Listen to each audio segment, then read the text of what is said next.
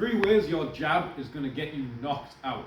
Number 1 is only throwing one type of jab. I'm sure you've been watching a fight in the pub, a boxing match, and you've been sat next to some drunk guy who's like, he needs to stick him with a jab, he needs to stick him with a jab. Yeah, if you take that big step, you can get more power and there's a time to do it. But if every jab you're crashing forward, crashing forward, crashing forward on the jab, then if a short guy looking for the overhand or an MMA looking for the calf kick, it's going to give them an easier chance to counter that because you're covering the distance in. Sometimes it can be arm jabs, sometimes it can be jabbing on the back foot, sometimes it can be jabbing on the spot and jabbing the body. Number 2 is only moving one way after the jab. Go watch beginners shadow box, tell them just to jab. You will see this constantly.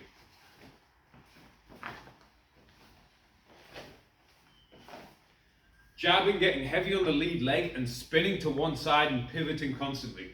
People do it because it's more comfortable to take that pivot off this way. But if you're pivoting this way all the time, even with a disciplined shoulder position, you know, chances are someone's going to read this, they're going to crack you with an overhand, crack you with a shot to the body as you circle that way, crack you with a calf kick as you step that way. Have different ways to step back. Jab, step back, jab, step in, jab, pivot, jab, circle off. Different ways to move after jabbing. And number 3, if you watched Michael Bisping, his Fistic Majesty, fight Dan Henderson at 5 in the morning in Manchester for the second time, you will see that Michael Bisping was getting knocked down with that overhand right a lot of times when he's jabbing, and then he starts to feint it, and suddenly he's not getting hit that much. So number 3 is, if you're going to land the jab, you've got to feint it as well.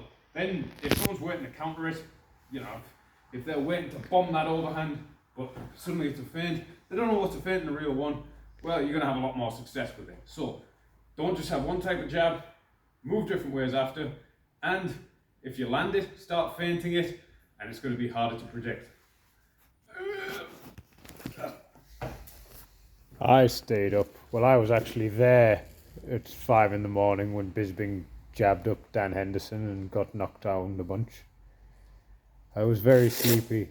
Everyone was tired. It's not a good idea.